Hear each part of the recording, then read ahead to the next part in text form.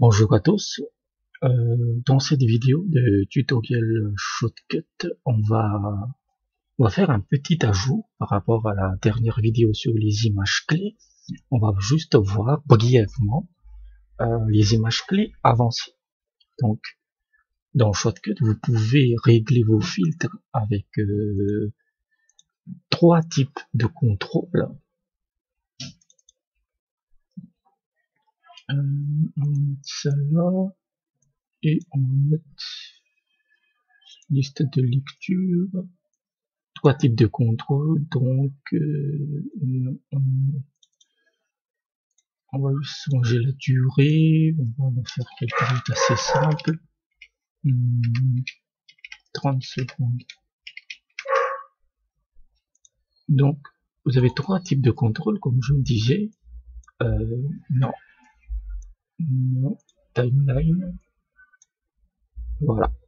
Donc ça, c'est notre timeline, c'est la photo qu'on va essayer de modifier. Donc on va faire un petit filtre ici. Et on va toujours jouer sur la saturation, comme on l'avait vu la dernière fois. Donc voici notre saturation. Et donc, comme je l'avais expliqué dans les images clés, hop, ça c'est notre vidéo, à peu près 30 secondes. Donc, vous avez trois types de contrôle. Le premier, c'est simplement le début et la fin du filtre, avec les crochets. Voilà. Et on va mettre en noir et blanc. Donc, il n'y a pas de filtre. Là, il va passer au filtre. Et donc, voilà, c'est début et fin du filtre. Ça, c'est le premier type de contrôle.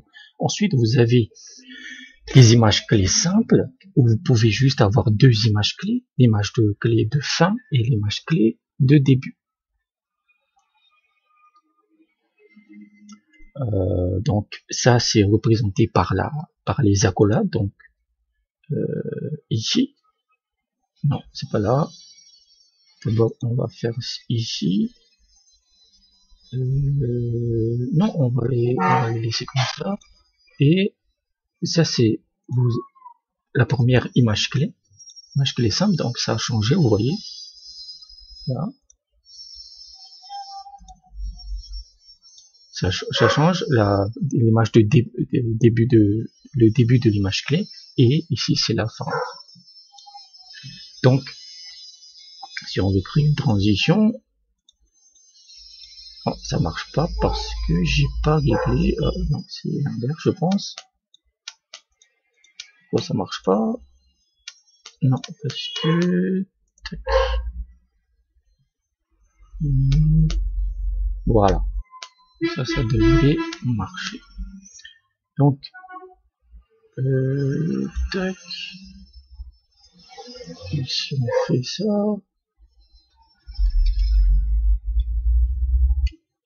là ça marche, le filtre est appliqué. Et si je fais ça, voilà, là ça marche. Donc, les images clés simples vous permettent simplement de créer des transitions entre les images. Ici, donc, ça passe au noir et blanc et ensuite ça va aller progressivement en couleur. Vous voyez, donc ça se transforme progressivement en couleur.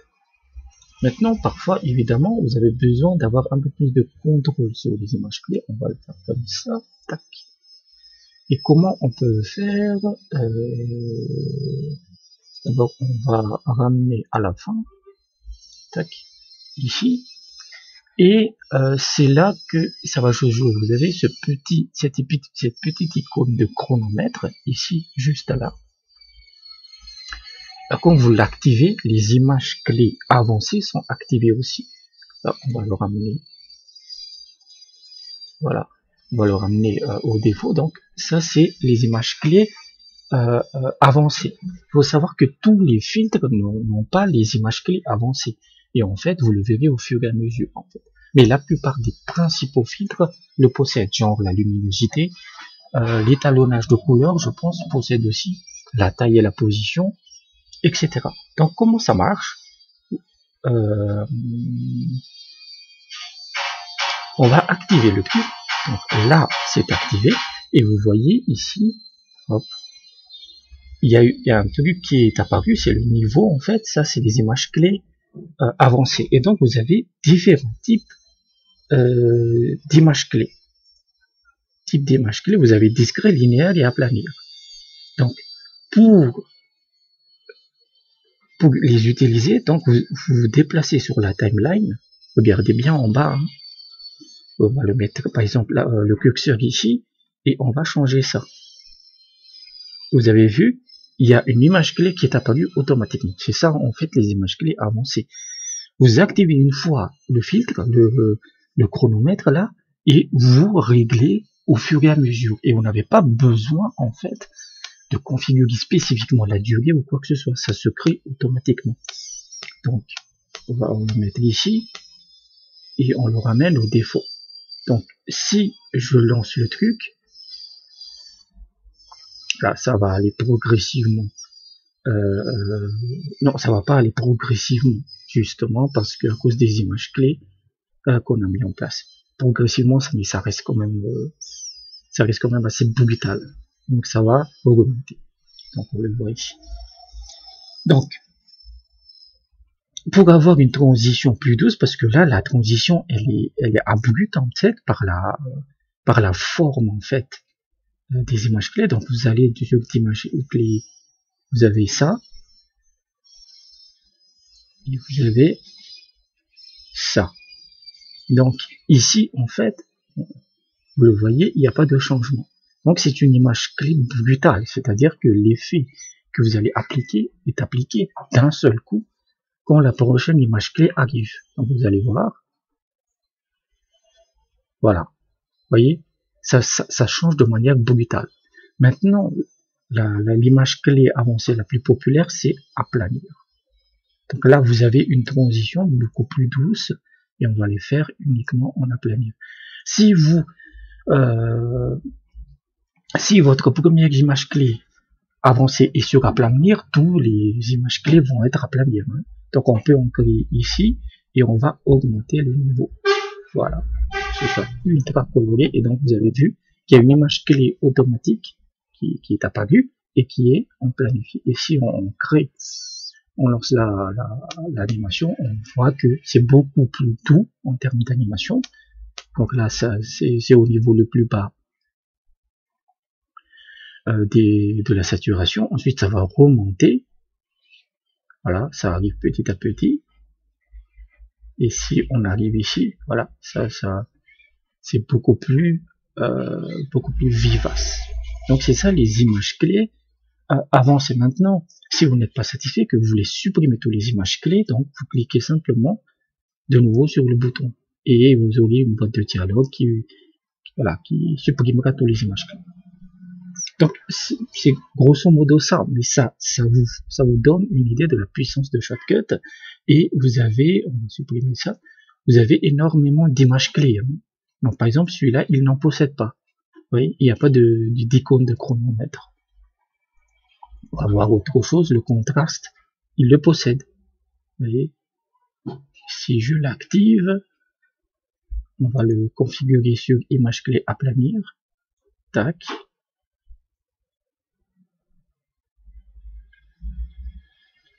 Voilà, donc ça marche en fait.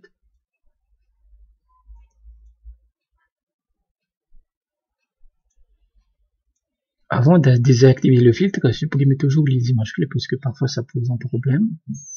Donc vous avez quoi encore? Luminosité, vous avez une image clé avancée. Donc la plupart des gros filtres qu'on utilise constamment, celui-là on n'en a pas besoin puisque c'est juste un fondu. Désolé pour les problèmes audio. Hein. Donc on va passer en vidéo. Donc là vous avez tous les filtres pour les vidéos. Donc pour le blend mode, il n'y en a pas aussi. Blend mode c'est juste ça vous permet de mélanger deux pistes. Vous avez le bleu, le flou, et le flou possède une image clé. Il n'y a pas de souci. Donc tac tac tac. Non, on va supprimer d'abord ça. On va remonter et on va l'appliquer comme ça. Donc hop. Aplanir, c'est toujours la meilleure. Hein. Ne cherchez pas plus loin. Hop. Voilà. Et ça va se flouter petit à petit en fait. Tous les principaux filtres ont des images clés avancées. Donc vous avez qu'est-ce qu'on a aussi, chronomètre, vous avez le crop source qui je sais pas s'il le possède, il n'en possède pas. Donc vous avez énormément de luminosité en possède. Vous avez la netteté qui en possède, la quantité et taille. Ça peut vous permettre de régler indépendamment les images clés. Et pour vous illustrer ça, en fait, on vous retourne dans la timeline.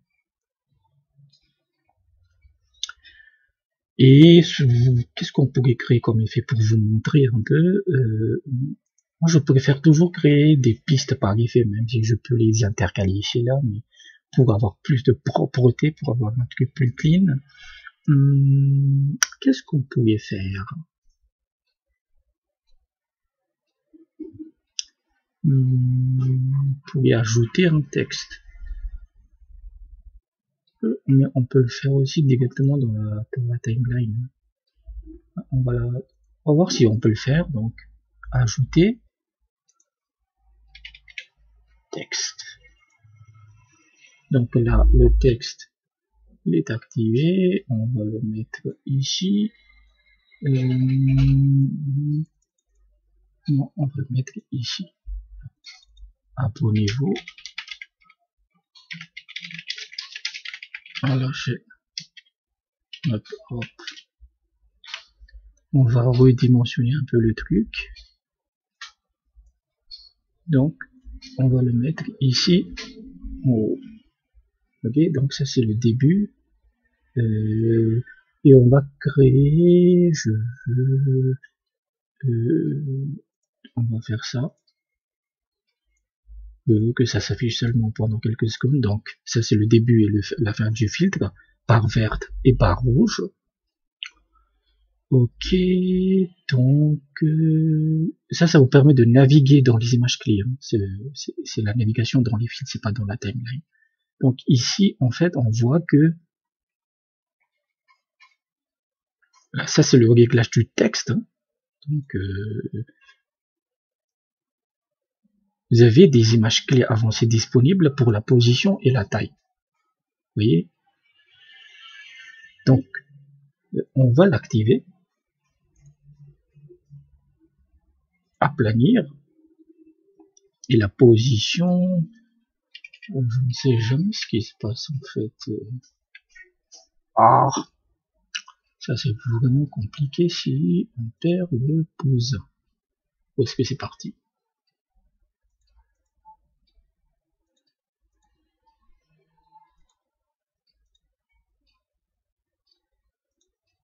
Voilà, ça c'est un vrai problème, c'est qu'une fois que si tu perds le truc, donc là l'image clé est créée, donc c'était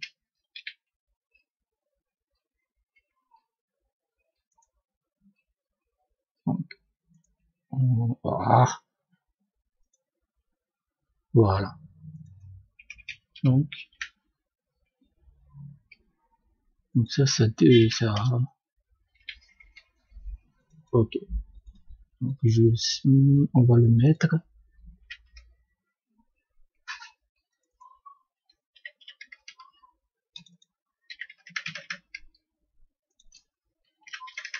Faut régler 900, ça devrait faire l'affaire.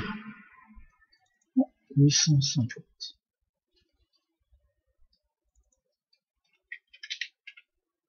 Donc ça c'est les images de début et on va aller ici. Donc ça c'est le texte simple et là c'est le deuxième, c'est le filtre, c'est les paramètres du filtre, donc la position. On a activé les images simples, donc on était à 850. Ok.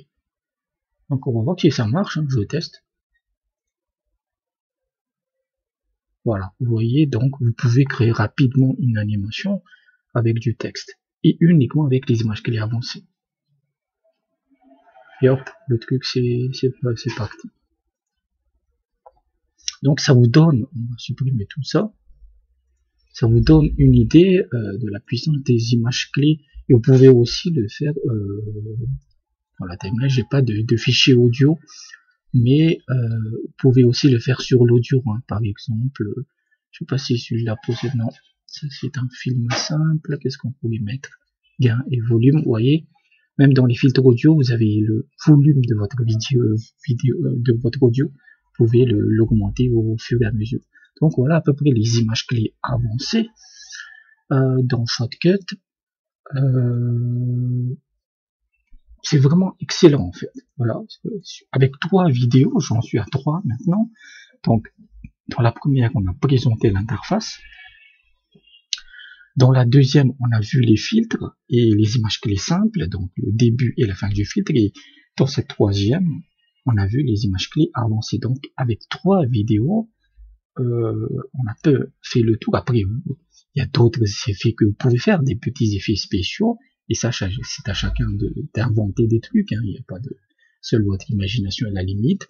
Mais Shotcut est un logiciel gratuit. C'est un logiciel open source, il est assez stable, parfois il a tendance à cracher, je tiens à le préciser, mais c'est rare, c'est-à-dire que quand vous faites des tâches de rendu extrêmement lourdes et que vous faites à côté, parfois il n'apprécie pas, il va planter. Mais sinon, voilà, on a vu 3 vidéos, il n'a pas craché une seule fois, donc il est assez stable par rapport à sa gratuité.